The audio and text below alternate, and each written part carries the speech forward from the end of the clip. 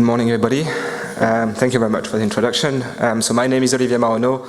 I work at IHS Markit in the chemical consulting team. And it's a pleasure to be here today to talk about the chemical industry and probably focusing a little bit on the kind of integration upstream that we see between kind of refining and chemicals. So that's really what I'm going to talk about today. Dividing kind of the presentation into three parts. First of all, focusing really on the chemical kind of industry and the kind of outlook that we see for the next kind of few years to come. And then look at the key drivers for the integration into kind of refining, and then what means kind of those development that we see on the kind of crude oil to chemicals development in terms of the impact on the chemical industry. For those who haven't heard about IHS Markit or doesn't know us very well, we mainly are kind of a market insight and data analytics company. Our legacy kind of development has been really into the energy and chemical industries, and over the years we kind of diversified into mainly kind of related industries to chemicals or kind of refining product such as automotive, maritime and trade. And back in 2016, 2017 we merged with a company called Markit, and then we diversified even further into the financial sector. Altogether we're about 15,000 employees, and probably a third of that is dedicated to the energy and chemical industries. So really, let's start by focusing on chemicals, which is the kind of division I'm part of. And when we talk about chemicals, most of the time it's a very complex industry, and the reason why it's so complex is because on one side you start with the like natural resources, whether it's oil, gas, coal in some cases, and more recently renewables, and you end up into consumer products, and the kind of product where chemicals goes into is very, very wide. It goes into different industries, different type of products, whether it's kind of consumer goods, packaging, kind of the food and fragrance industries, the construction industries, and so on. And that makes the kind of the chemical industries very, very complex. You start with about three main kind of three or four main feedstock, and you end up with probably several hundred type of chemicals into a numerous type of application. And in between, what you have is a number of different steps. So you have obviously the kind of refining steps, which then helps to get the feedstock to move into the kind of base chemicals, the olefins, light olefins, then aromatics, chlor-alkali, and so on, methanol, which then moves into chemical intermediates, which can be more or less specialized product, and then the formulated product, which eventually end up into the consumer goods. And that's really that kind of numerous types of steps and integration in terms of companies and processes that makes the chemical industry quite complex to understand. But overall, when we look about the chemical industry and the key drivers behind kind of its development and mainly its investment, there's still some kind of fundamentals that the industry and companies rely on. And those fundamentals are very much related to the end product that you want to target and the building blocks that you need to access in order to produce that end product. The kind of economic growth, so how much your end market is expected to grow based on kind of consumer spending, GDP, what my colleagues just before kind of talked about in terms of aging population and so on. So the key kind of macro development that we see. And then there is all the question around kind of your access to feedstock and how competitive you're going to be, and then how far you're going to be from your end market and all the logistic, either on the upstream, on the feedstock side, or downstream into your end product, and how you would access your end market eventually. So those are the kind of key fundamentals that has been in the industries for a long time. And more recently, we've seen numerous of different other trends which are kind of driving investment and investment decision in companies. One is related to the energy and the energy transition, and I'm going to talk about that when we going to cover the kind of crude oil to chemical development. there is a big question around plastic waste and recycling, and that's what we call the social license to operate. So what's going to happen to plastic producers facing the big challenge of plastic waste and eventually a pickup in plastic recycling? Or if that's not a pickup in plastic recycling, potentially a substitution away from plastic to other type of material for certain applications. So what could it mean for the plastic demand, which still accounts for about 50% of about the whole petchem demand? And then some more kind of technology-related development, whether it's related to kind of processes and world-scale development or digitalization as well. So those are the kind of the more recent trends that we see in the industries and impacting investment decision. If we look at capacity, so that's kind of an outlook of the kind of total capacities currently in place across the kind of 6 main value chains. So the olefin, ethylene, propylene, methanol, chlorine, benzene, and paraxylene. And in 2018, we had about 600 million tons of installed capacities, and we've seen a continuous growth over the last kind of 18 years, since the years 2000 to last year, with not a single years of kind of steady kind of development. We had kind of a total capacity increase of about 100%, so moving from 300 million tons in 2000 to 600 million tons last year. And over the next 7 years to 2025, we expect another 150 million metric tons to be installed. So that's an increase of about 25% of total capacity. So still a significant and robust development in terms of new capacity installation. When we look at like the kind of year-on-year growth in terms of new capacities, and that's looking at the region, you can clearly see, and that's probably no surprise, that China has been the key driver behind kind of new capacity development, accounting for, in some cases, 50 to even in some years 70% of the total new capacities being installed in 1 year. We've seen APAC, so mainly Southeast Asia, being another key region, and to a lower extent, the US and Middle East has been key region as well, especially in the last few years for the US. But overall, really, it's China and APAC really driving the development for new capacities. And then when we look at the same graph, but now looking at the products and which are the key value chains that have been kind of developed, again, mainly ethylene and propylene being supported mainly by the rise in plastic consumption. To some extent, methanol has been kind of growing quite significantly, mainly on the back of methanol to olefin, so again, as a way to produce ethylene and propylene. And what is quite interesting is if you look at 2019 and 2020, is that big spike in paraxylene capacities, and I'm going to talk about that a bit later. This is the same graph, but looking now on a cumulative basis, and that's really to reflect the growing capacity development that we've seen in China, overtaking the US kind of towards the late 2000s, and by far now the largest chemical producer. The US growing, but relatively small compared to China. And then if we look at the other kind of key countries, and I'm sorry, I'm actually missing Russia here, but Russia could have been part of it with the kind of development that we've seen lately. But overall, we see some healthy development in some other kind of key countries where they've got relatively healthy access to feedstock in most cases. But again, comparatively to the US or China, it remains significantly smaller. If we now look at the same graph, but in terms of the demand, so we've got total demand of about 500 million metric tons. So if you compare that with the capacity, that's a kind of an average operating rate of about 83%.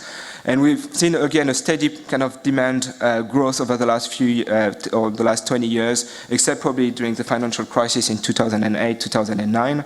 But otherwise, relatively healthy consumption development over the last 20 years. And if we look at the next 7 years, so to 2025, we expect consumption to grow by 100 million metric tons. So if you compare that with new capacities coming on stream of 150 million metric tons, overall that means the industry is moving towards kind of oversupply and potentially kind of impact on prices and margin for chemicals. So probably the years to come not as healthy as the years that we've been living in, especially since the financial crisis. Same graph in terms of the breakdown by countries. Again, China and APAC by far leading the way. A little bit of demand coming from the US, but it's actually not underlying demand. It's mainly because most of the olefins get processed domestically into polyolefins, and then that's the polyolefins that tends to be shipped away out of the US. And the same in terms of product, and again, similar trends than with capacities. Probably what is interesting is for paraxylene, the big spike that we've seen in terms of capacities is not something that we see in terms of demand, and that means impact, especially on the short, medium terms for market trends. So what are the key mega trends that we see really impacting the industry over the next decade? And probably the main ones are related to feedstock. So there is a big change around mobility, demand for oil products, and as a consequence, development of what we call crude oil to chemical and refinery integrations. There is question around light and heavy feedstock versus ethane and LPGs versus naphtha, for example. But there's also other trends really within the industry, and that's really related to plastic recycling and plastic waste, and how the industry will manage that over the next 10 years. And then really on the back of this capacity development in China, what could it mean across the different value chain as China moves from a net importer to a more balanced position in a lot of materials.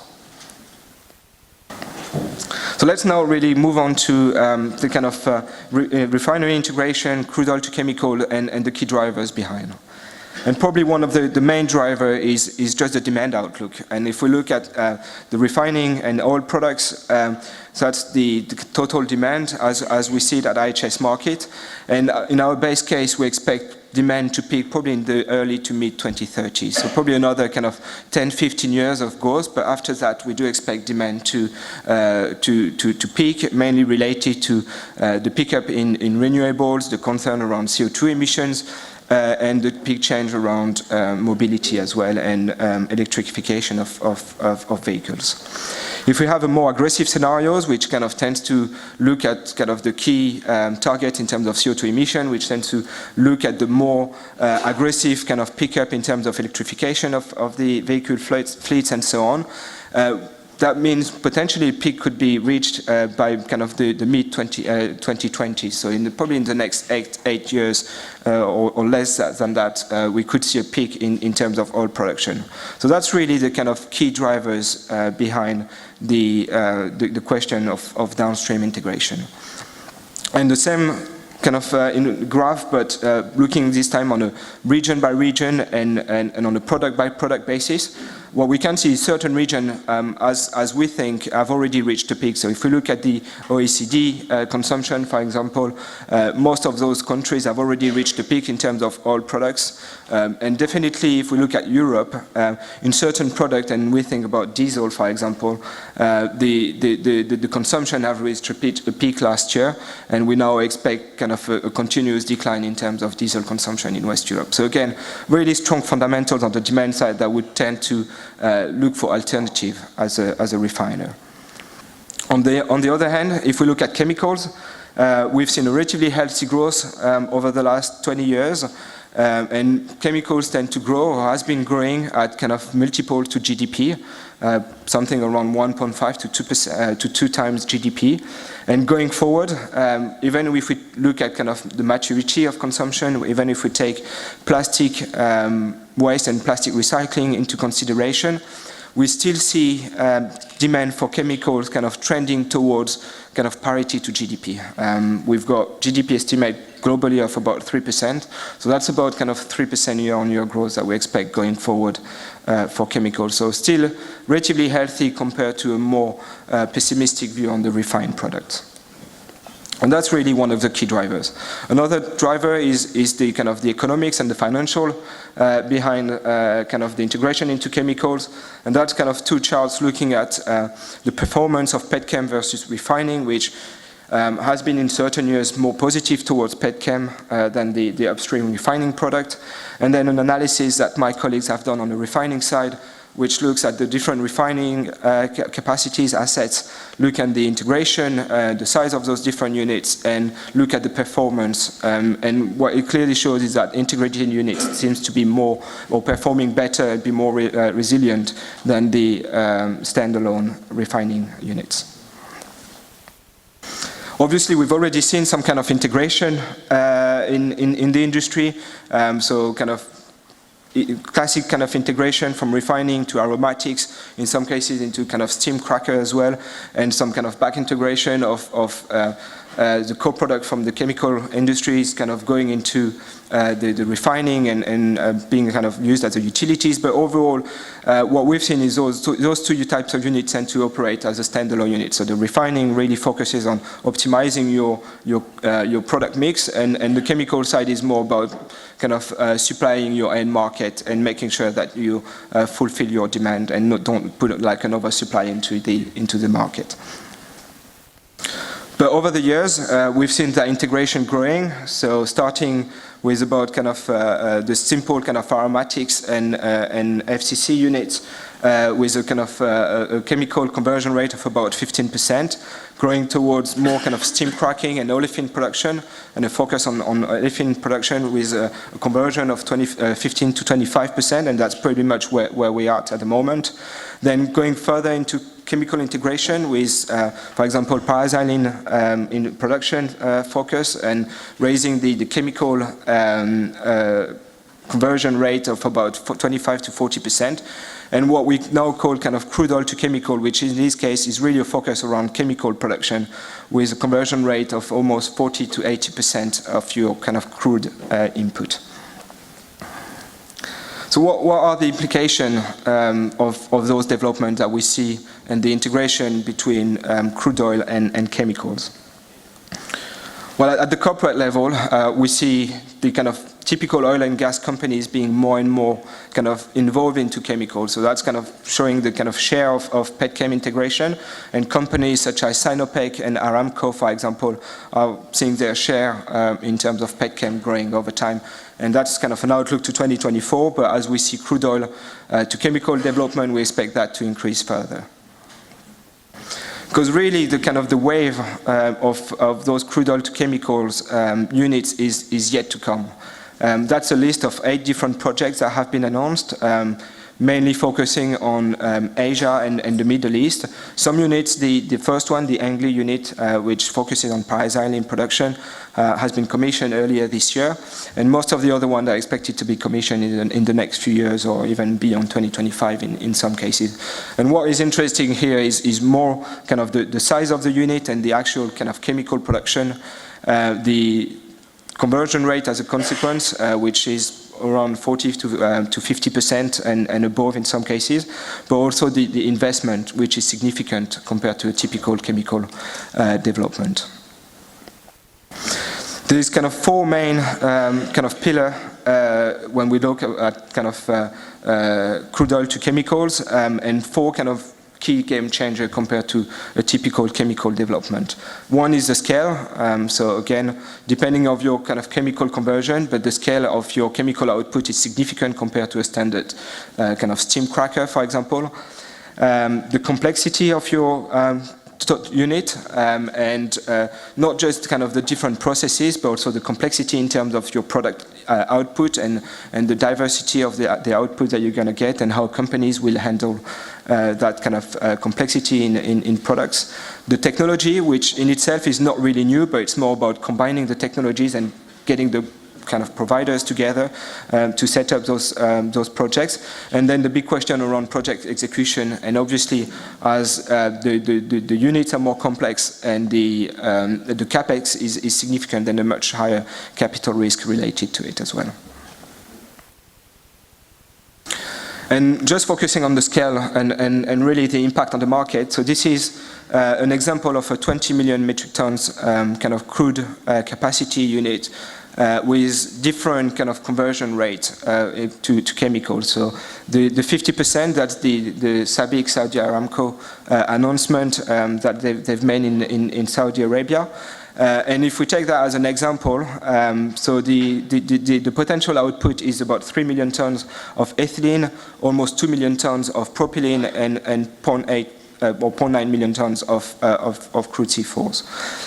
That's about 2 times the world-scale cracker for ethylene capacities. That's about 4 to 5 PDH units in just one unit. And obviously, as you increase your conversion rate, you increase the capacities, especially in terms of ethylene.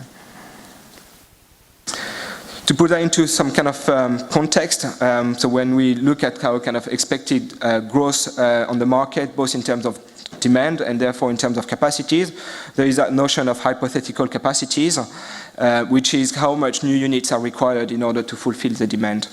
And if we look at the 2025, so we've got about 12 million tons of hypothetical capacities.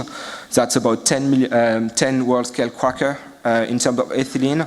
That's about 4 crude oil to chemical unit with a conversion rate of 50% and only 3 with a conversion rate of 70%. And if we look at 2030 with 45 million tons of hypothetical capacities required, that's about 35 to 40 world-scale cracker and only about 14 crude oil to chemical units. So relatively big game changer in terms of capacities and market development. Just to finish, a quick example in terms of paraxylene. So that's the paraxylene kind of market development, and here in terms of the demand. And that's now the new capacities. And you can see the kind of relatively steady growth in terms of demand and capacities over the last 5 years, and a big change in 2019 and 2020. So that's the new units coming up in China based on crude oil, and especially the Angli units, leading to a big change in terms of excess capacities, and as a consequence, a big drop in terms of operating rate. Most of the time we say, whether we talk about paraxylene or olefins, we say that most of those markets require 2 to 3 world-scale units per year in order to fulfill the demand. With the case of crude oil to chemical, it's probably 1 unit every 2 years or 1 unit every 3 years. So you can see really the change and the impact it would have on global operating rate and on smaller units as well. So just to conclude, there's been a relatively strong cycle on chemicals, but that is changing based on new capacities on one side and some kind of slowdown on the demand, mainly related to geopolitics. There's been a big change on the refining product, and relatively the kind of expectation over the next 10 years is probably not as healthy, and that is a key driver behind the integration. But those integration into chemicals is a big game changer on the chemical side, and with some significant consequences, whether it's related to market, pricing, and eventually margin, and potentially putting player out of the market as well. Thank you very much.